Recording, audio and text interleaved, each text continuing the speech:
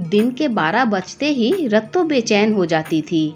तुरंत अपने बक्से की तरफ झपटती थी और एक चिट्ठी निकालकर अमरैया की तरफ दौड़ पड़ती थी। आज भी 12 बजते ही उसने ऐसा ही किया।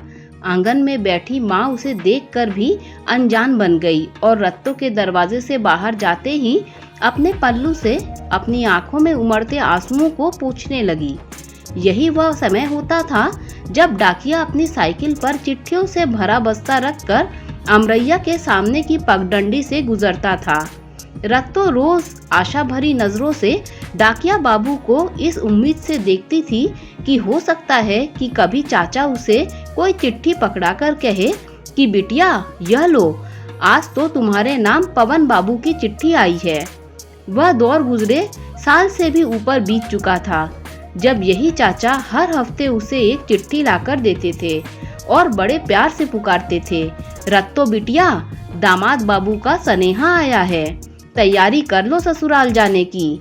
और फिर माँ से हंसते हुए कहते थे, बड़ी भाग्यशाली हो भौजी, हीरा जैसे दामाद खोज कर लाई हो, कितना प्यार करते हैं हमारी बिटिया से।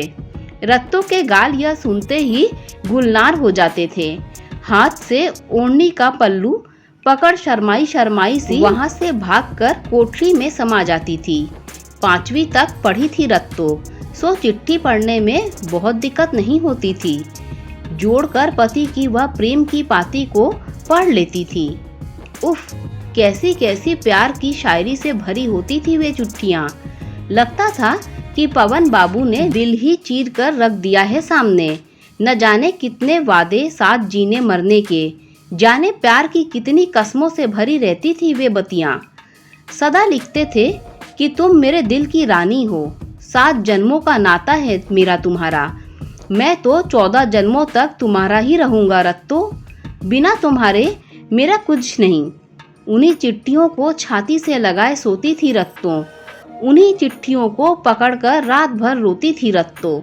पति के साथ बिताए वही दिन तो बेचैन कर रहे थे रत्तो को आज भी। आज आंखों से आंसुओं की निर्झर नदी सैलाब बनकर बह रही है।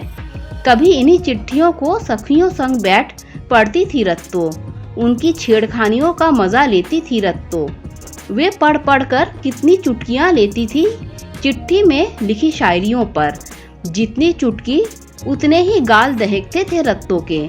आंखें लज्जा से झुक जाती थी पर मन ही मन मुस्काती ही रहती थी रत्तो। अब डाकिया चाचा का इंतजार वह रोज करती थी 12 बजे।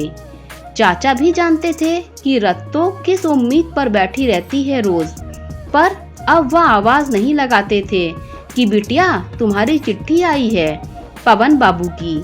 वह उसी पगडंडी से रोज गुजरते थे दिल पर बोझ लेकर।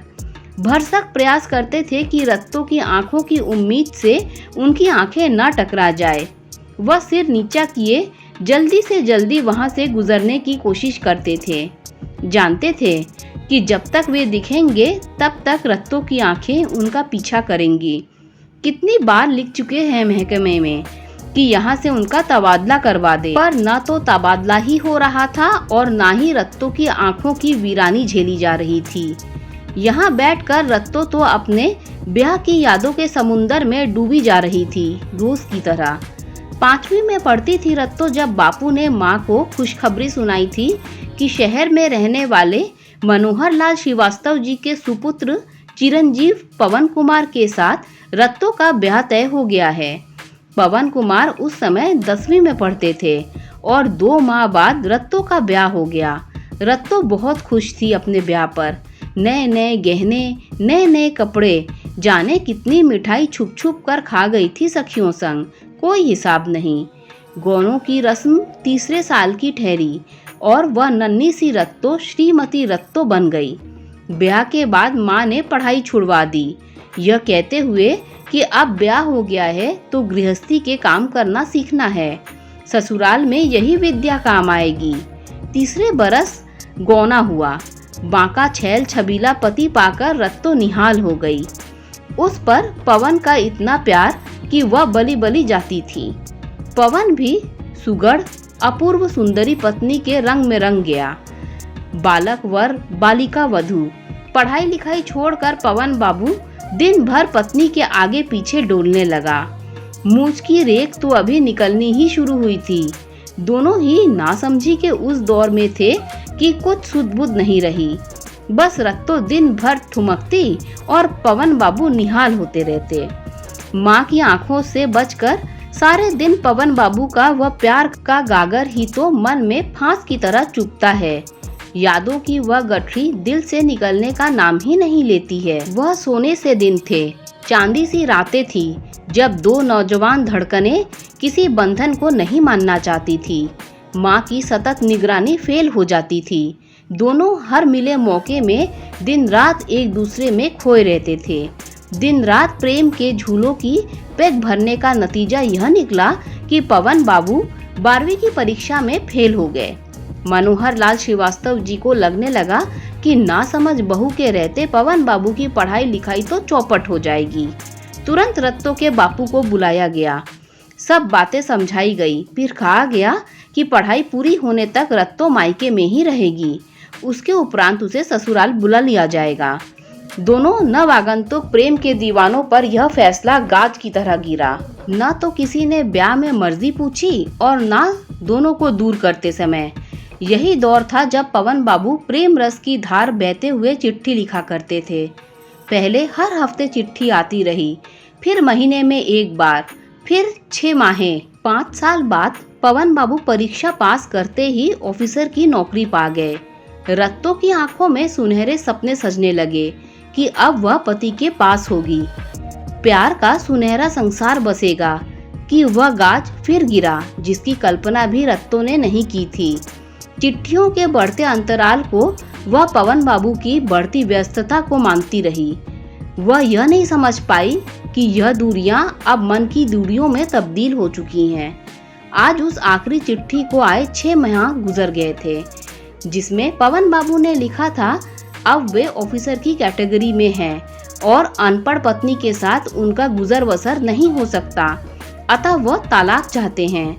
उनकी कोई गलती नहीं थी। गलती उनके माता पिता जी की है कि कच्ची उम्र में उनका विवाह हो गया था और अगर रत्तो चाहे तो उनके साथ रह सकती है।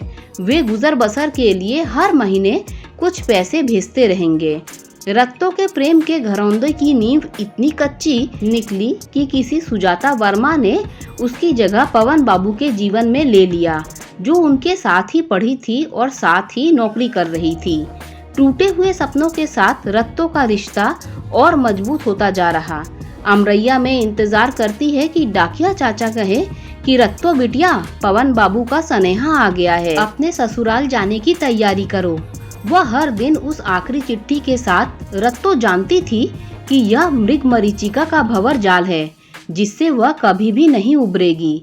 यह वह प्यास है जो कभी नहीं बुझेगी। पर एक बार वह ऑफिसर पवन बाबू से पूछना चाहती थी कि अगर यह शादी उनकी गलती नहीं है तो क्या यह शादी रत्तो की गलती है, और अगर उसकी भी गलती नहीं है तो सजा की हकदार सिर्फ वही क्यों है। दोस्तों, अगर ये कहानी आपको अच्छी लगी हो तो लाइक शेयर सब्सक्राइब कीजिए। Thanks for watching this video.